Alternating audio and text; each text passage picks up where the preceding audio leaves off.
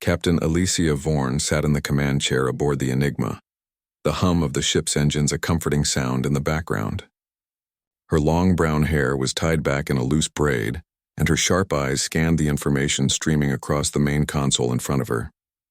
The crew was on a routine mission, patrolling the outer reaches of the galaxy to explore unknown planets, document new species, and ensure peace in uncharted territories. Everything was going according to plan. Until now, the bioscanner had picked up something odd. "Captain," said Dr. Kalen Zora, the ship's science officer who was standing beside the console, "there's an anomaly in the data stream. The bioscanner's reading on the planet below is different." Alicia leaned forward, her curiosity piqued. "What do you mean, different?" Dr. Zora's fingers flew over the console's holographic interface, his face lit up by the soft glow of the screen. "It's not classifying anything. The readings are all over the place, like there's something there, but the system can't identify it. It keeps saying, 'Classification error, not prey.'" Alicia's brow furrowed. "Not prey?" That was a strange message for the bioscanner to deliver. The system was designed to categorize and label everything from the smallest microbe to the most dangerous of predators. If it couldn't categorize something, it meant it was something outside the scope of anything they had encountered.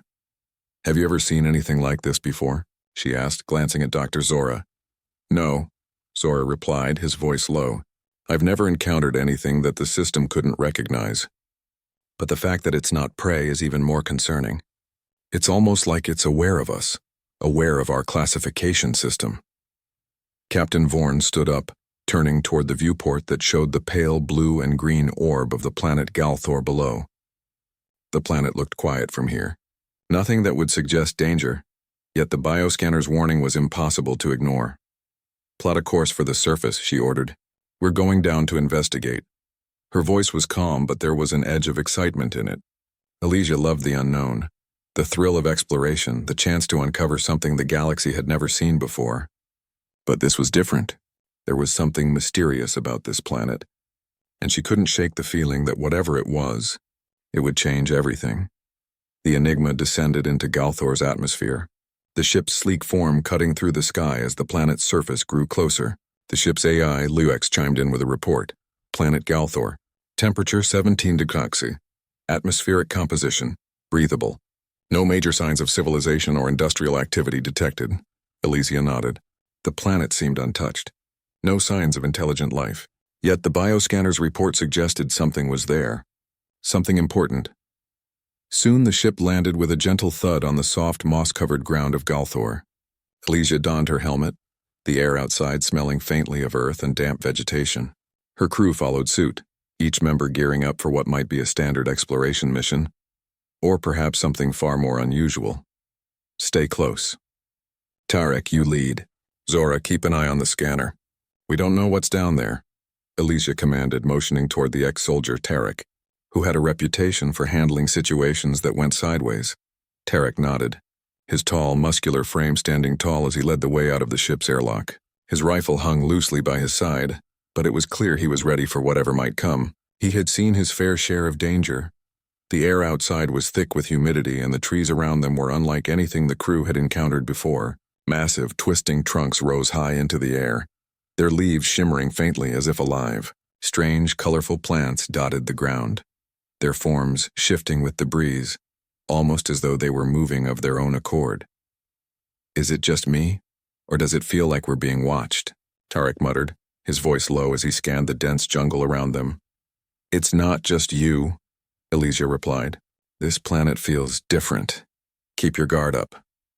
The team moved deeper into the jungle, following the coordinates from the bioscanner. The further they walked, the stranger the world around them became.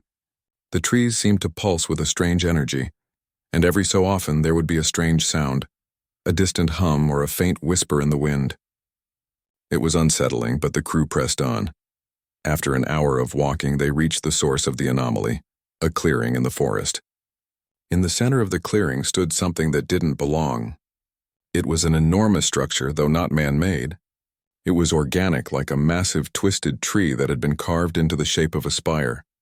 The surface of the spire shimmered in hues of blue and green, and a soft, almost imperceptible hum filled the air around it. This wasn't here before," Dr. Zora said, his voice filled with awe. The bioscanner didn't detect anything like this. Whatever it is, it's alive. Tarek stepped forward, his hand resting on the grip of his weapon, though he didn't draw it. The creature, or whatever it was, didn't seem hostile. It was simply waiting. Elysia's heart raced. This was the moment.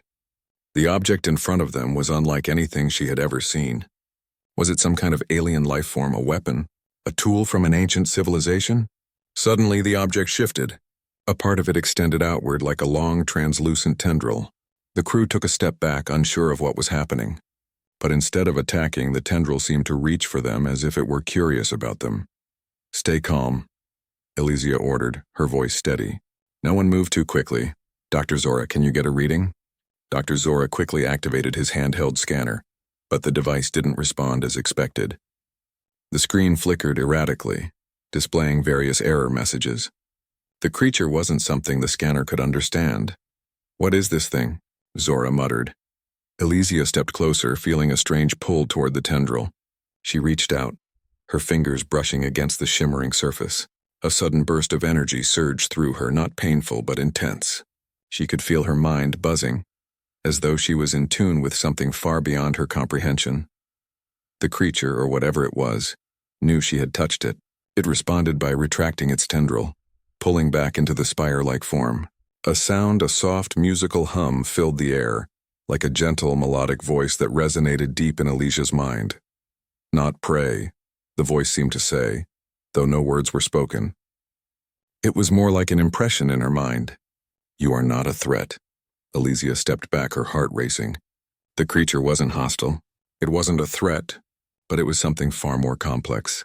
The words "not prey" kept echoing in her mind. Was it trying to communicate? Or was it simply trying to convey its thoughts? "What does it mean?" Tarek asked, clearly confused. "Not prey? What is it trying to tell us?" Dr. Zora spoke, his voice barely above a whisper. "I think it's trying to tell us that it doesn't consider us enemies, but it doesn't understand us either." Elysia stood silently, considering their options. Whatever this thing was, it was not dangerous in the way they had first feared, but it was far from being benign. "I think we need to learn more," Elysia said, her voice firm. "Stay alert. This is only the beginning."